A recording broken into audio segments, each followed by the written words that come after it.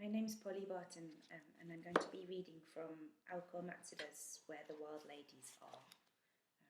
This is the original book, and these are the UK and US editions. It is a book of interconnected contemporary feminist retellings of traditional Japanese ghost stories. And I'm going to be reading a story called Enoki. At first, Enoki was utterly confused. It started suddenly. Without any forewarning or explanation, people began visiting. They came in droves to find her. Initially, Enoki had no idea what they had come for. When she finally understood, she was flabbergasted. Yes, she was aware that there was something a little unusual about her body. Specifically, she had two largish burrs on the lower section of her trunk. But she thought nothing of it. Everything and everyone has an idiosyncrasy or two, including hackberries like herself. It's hardly anything to marvel at. Nowadays, people term it individuality. In any case, the lumps were no big deal to Enoki, and she didn't give them much thought. Burrs were just burrs. And yet, people said that Enoki was special. People took her knobbly, rounded outgrowths for something extraordinary. They stood in front of them and prayed, and carried off the resin oozing out of them. What on earth was going on? Their behaviour bewildered Enoki. It seemed to her a kind of madness. The women were particularly strange. Watching all these desperate women as they joined their hands in prayer and bowed their heads to her, Enoki felt she was missing something. It was something she never truly got used to, but in the beginning, when she was particularly unused to it, she would feel the rage bubbling up inside her. What the hell are you people playing at? When it first occurred to Enoki that people saw her burrs as breasts and her resin as milk, she shuddered. Even now, when she recollects that day, there is only one word to describe her feeling, and that word is disgust. Allegedly, the sweet dew that was Enoki's resin had special properties. If mothers with trouble lactating rubbed the resin on their breasts, they would start producing milk. Give me a break. Allegedly, Enoki's sweet dew was no different from human breast milk, so if the rubbing proved fruitless, you could feed the resin directly to your babies, and they would grow up healthy and strong. Give me a break, guys. Every time she heard people around her in the shrine grounds spouting this crazy nonsense, Enoki would shout the same thing in her mind, flapping her leaves in frantic resistance, but nobody noticed. Everyone was so obsessed by her burrs and her resin, they had no time for anything else. People loved to see things in other things. Enoki knew that very well. You could even say that this was the starting point for all religion, and moreover, that it wasn't always a bad thing.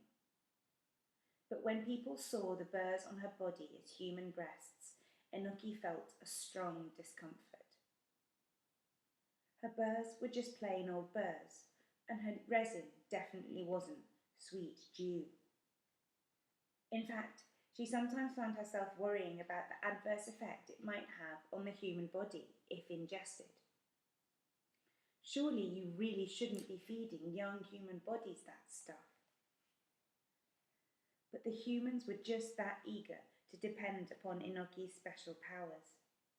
Powers that Enoki herself didn't believe in.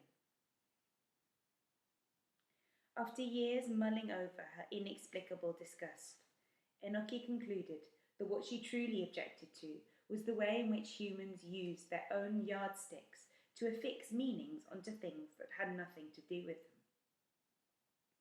They did this to objects around them and even to elements of nature. People would pick vegetables that looked like parts of the human body, then featured them in TV news items about how obscene they were, when really the only thing making those vegetables obscene was the gaze of the people looking at them. A firm udon noodle was, for some reason, compared to the tautness of the female body. Varieties of fruits were assigned women's names. When she put together all the information she'd accumulated over time, Enoki had no choice but to conclude that human beings derived joy from twisting things and attaching sexual meanings to them. It was pathetic. Were they idiots? Was that it? And then, to cap it all, they turned to Enoki, who wasn't even a mother, and their mouths formed the words, breast milk. Enoki hated the very sound of it. Breast milk. There was a precariousness to it. It could ruin you if you weren't careful. She couldn't explain it, but Enoki knew that instinctively. She hated that she'd been dragged into all of this, that parts of her had been dragged into all of this.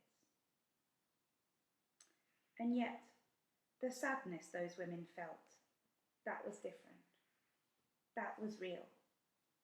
Enoki could still vividly recall the faces of all the women who lived back then, before formula milk existed.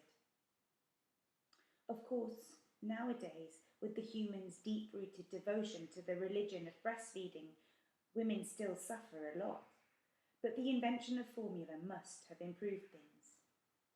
There's a sizable difference between having something to serve as a replacement and having no such thing. Options are crucial, and women suffered in the past because they had none. Speaking of which, once upon a time there was a woman called Okise. She was raped by a man who threatened to kill her baby if she refused to have sex with him. He continued to rape her, then killed her husband and assumed his place as her new spouse. That's barbaric enough as it is, but it gets worse because from that point on, Okise stopped producing breast milk. Her new husband suggested that if she couldn't produce milk of her own, she ought to give her baby away. Unable to nourish her own child, Okise had no choice but to hand over her beloved boy to someone else. If only there had been formula milk back in those days. It's okay, I can just use formula, Okise would have replied coolly, clasping her son close. The husband, realizing how unfeasible his suggestion was, would have dropped the subject.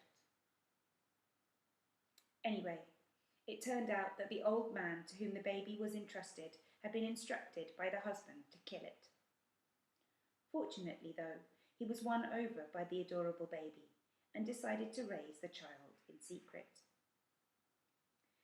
Funnily enough, the thing that the old man struggled with most was securing breast milk for the baby. As an old man, there were no strings he could pull in that regard, so he had little choice but to rely on the goodwill of various women he met. After just about scraping by that way for a while, the old man caught wind of a rumour, and not long after, he appeared in front of Enoki. That was how Enoki came to know of Okise. The baby drank the milk out of Enoki's breasts and grew up to be healthy and strong. Of course, this only consolidated the myth of Enoki's magic, and so she became a bona fide legend. Yet Enoki still finds the whole thing very suspicious. It was just too outlandish to believe. The old man must have been feeding the baby something else as well.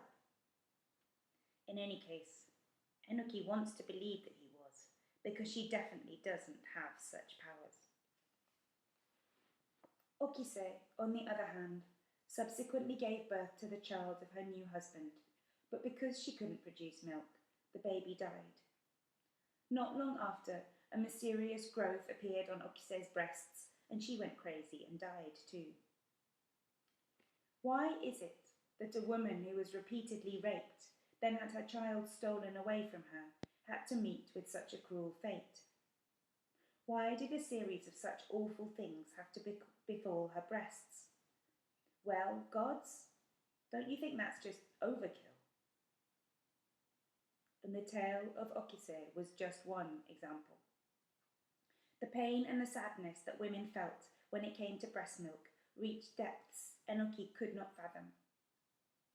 Enoki's sticky old resin was the last ray of hope for those women, so they clung to her. Through her thick bark, she sensed the enormous determination coming off their bodies. She felt, too, the tenderness and the strength of their breasts. How different they were from Enoki's hard, knobbly ones. She felt like it was an insult to these women to call her organs by the same name. Enoki couldn't bear it. These women were doing all they could to be saved by her non-existent supernatural powers, and she couldn't do a thing for them. She knew that it was hardly her fault, but still she found it tough. These days, hardly anyone comes to visit Enoki. She's become nothing but an old relic. On rare occasions, some strange type with a fixation for legends of the past will take the trip out to see her. "Ah, it must be that one," she'll hear someone say. They look at her as if she's a museum exhibit and take photos. Women at their wits' end no longer come to see Enoki. She's sure they must still exist, but in any case, they have no need to rely on her anymore. Enoki has never for a second believed that she has the special powers that everyone thinks she has. But just hypothetically speaking, if she had, then she would have served a function not dissimilar to that of formula milk in the days before it existed. With this in mind, she feels she can finally accept the crazy commotion that descended on her back then. The shrine grounds are quiet. Enoki can hear a bird somewhere off in the distance. The wind ruffles her leaves indifferently.